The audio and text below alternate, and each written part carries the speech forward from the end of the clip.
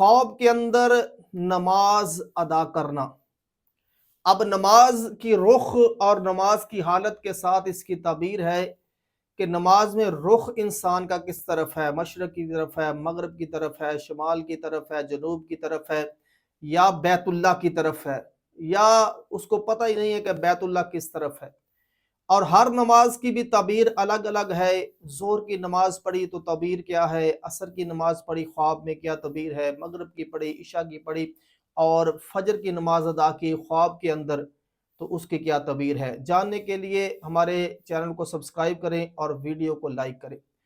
ख्वाब में अगर अमूमी तौर पर जैसे हम नमाज बैतुल्लाह की तरफ मुंह करके पढ़ते हैं, ऐसे पढ़ रहा है और नमाज बिल्कुल ठीक पढ़ी है, तो ये इज्जत पर और दौलत पर और दुनियावी जाहो जलाल पर भी दलालत करती है कि अगर उसने देखा कि उसने नमाज बिल्कुल सही पढ़ी है और किबला की तरफ मुंह करके पढ़ी है और बावजू पढ़ी है, अगर मशरक और मगरब की तरफ वो देखेगा कि वो मुंह करके नमाज पढ़ रहा है, तो ये उसका दिल इस्लाम से दूर होने की निशानी है। और अगर देख रहा है कि उसने काबा की तरफ पुश्त करके नमाज पढ़ी है, तो ये उस आदमी की मौत की भी निशानी है, इससे तौबा करनी चाहिए। और अगर उसने किबला की तरफ मुंह करके बैतुल्लाह के अंदर नमाज पढ़ी है या बैतुल्लाह के बाहर नमाज पढ़ी है, तो ये उसके दीन की तरफ माइल होने और सिराते मुस्तकीम होने पर दलालत है। और अगर उसने किसी कौम की इमामत करवाई है, तो जितने लोगों की इमामत करवाई है उतने के करीब लोगों पर वो सरदार बनेगा या यानी कोई अफसर बन जाएगा और इस तरह का उसे ओहदा मिल जाएगा। और अगर देखें कि नमाज किसी पाक जगह पढ़ी है तो उसकी मुराद पूरी होगी, और अगर देखें कि नमाज बेवजू पढ़ी है और नापाक जगह पढ़ी है तो ये परेशानी और तंगदस्ती की तरफ इशारा हो सकता है। और अगर देखें कि उसने नमाज के अंदर रुकू सजूद पूरे किए हैं, यानी नमाज को तोड़ा नहीं है, एक रकात नहीं पढ़ी, 3 रकातें नहीं पढ़ी, तो ये उसके गम दूर होने और दीन और दुनिया के काम संवरने की तरफ इशारा है।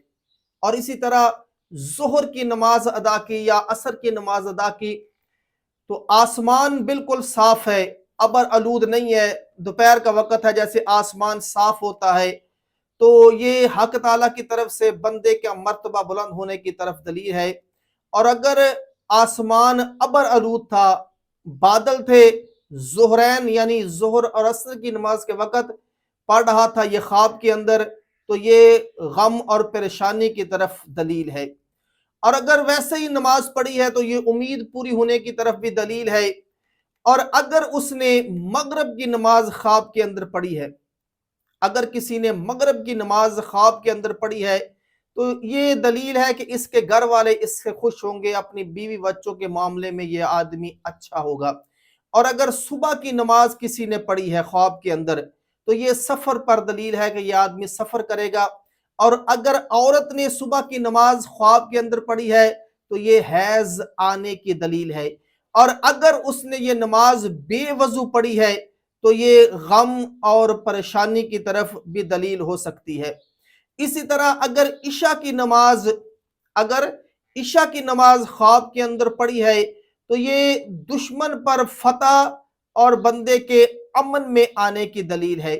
इसी तरह अगर बाग के अंदर नमाज पढ़ रहा है तो ये गुनाहों से निकलने की दलील है।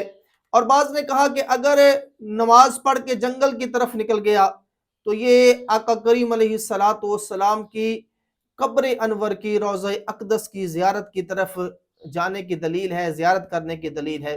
तो इसलिए नमाज के अंदर नमाज ख्वाब में पढ़ना, तो जिस तरह की हालत की नमाज पढ़ रहा है इसी तरह की उसकी ताबीर होगी। नमाज पूरी पढ़ रहा है, ताबीर अच्छी होगी, नमाज अधूरी पढ़ी है तो उसकी ताबीर अच्छी नहीं होगी।